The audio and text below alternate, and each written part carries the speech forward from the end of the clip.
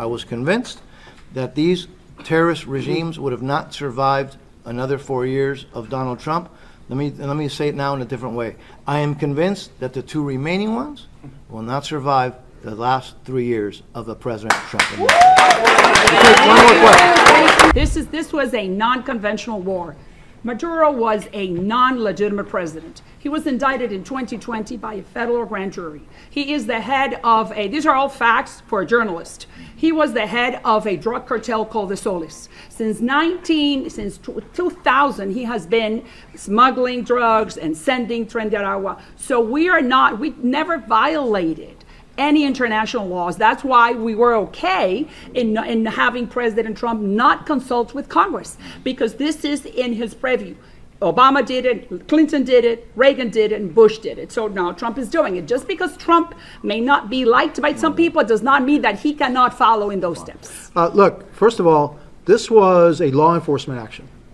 This was arresting somebody who's been indicted here in the United States. And so it's not unprecedented. The fact that it needed armed forces is because they needed to protect the arresting officers while they were arresting the criminal, the alleged criminal, all right, to be brought to justice to the United States. And so I don't see the illegality of it. And if you come from the European Union, many of the states in the European Union don't recognize Nicolás Maduro as a legitimate leader of Venezuela. And so if he's not the legitimate leader of Venezuela, I fail to understand how people think that this is not a legitimate action. It is a law enforcement action. It was very clear. We're not at war with Venezuela. This is a law enforcement action, and I'm very proud of the president and our armed services and the FBI agents that went along to make sure that they arrested Nicolás Maduro and his wife, who were both under indictment. Let me hold on. We'll get there. But also, it's just very important. Look, we love our European allies. They're strong allies. It's an important alliance. But there seems to be this very interesting attitude that when it's time for the United States to protect the American people and the United States security interests from a narco cartel that is responsible for the death of hundreds of thousands of Americans, the Europeans, our friends, ask for restraint. But they don't ask the United States to be restrained when they ask for help with dealing with Russia. That's right. And so to our European friends, it's about time that they realize that in this hemisphere, we have real threats to the national security interests of the United States. In Venezuela, you've got the Russians, the Iranians, the Cubans, Hezbollah, you name it, right?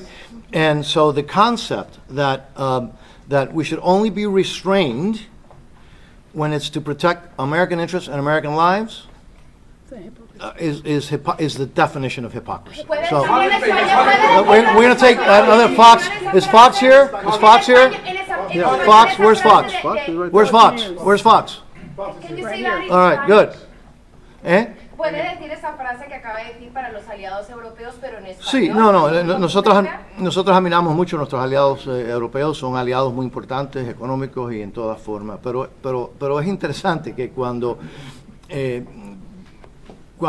los Estados Unidos protegen los intereses de los Estados Unidos en este hemisferio, nuestros europeos se ofenden, pero al mismo tiempo no se ofenden y exigen y le piden a los Estados Unidos todo tipo de ayuda para proteger los intereses europeos en Europa.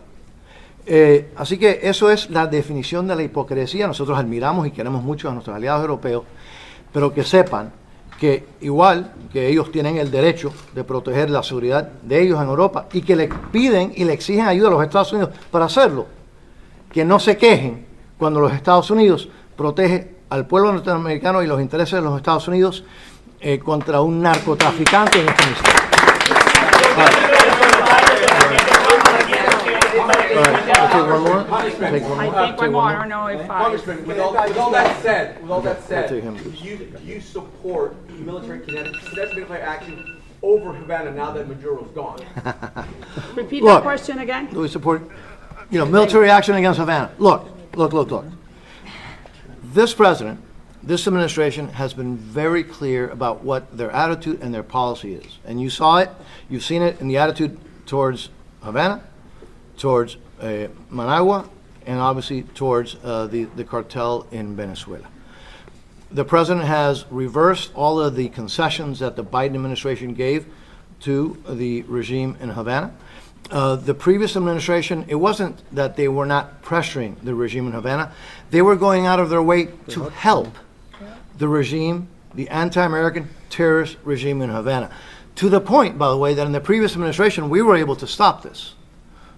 They actually wanted to give the Cuban terrorist regime access to the United States banking system, and they wanted American taxpayer money to go help pay and bail out Castro's own businesses and his family and his associates' businesses in Havana. That has been reversed. We're seeing now, we've seen very strong pressure against the dictatorship in Havana.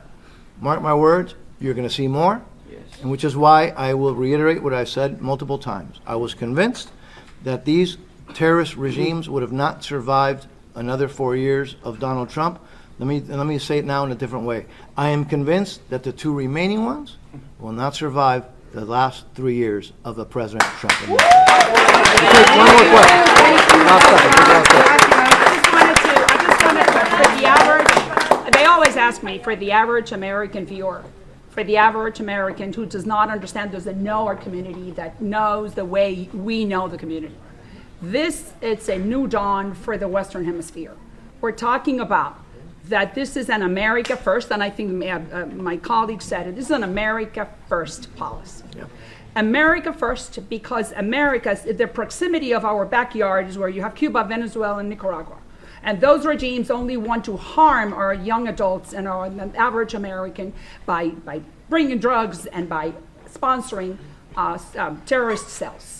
So for the average American that doesn't understand why we have to be in Venezuela, this is a good day for their children. This is a good day for your community, because now the Western Hemisphere, thanks to President Trump, is going to be free of those influences that only want to harm us out of envy, out of hate, not out of goodness. And that's why we thank President Trump for understanding that and for clearing the way so we can have better communities and more prosperous countries. Beautiful. That winds it down. I do want to let me just a little bit of so. By the way, this building, you know, we pay rent here, right? There are landlords, but Sylvia Fernandez, who allowed us to use this building and open it up. Thank you. I don't know where she is from AWS. Where are you, sir?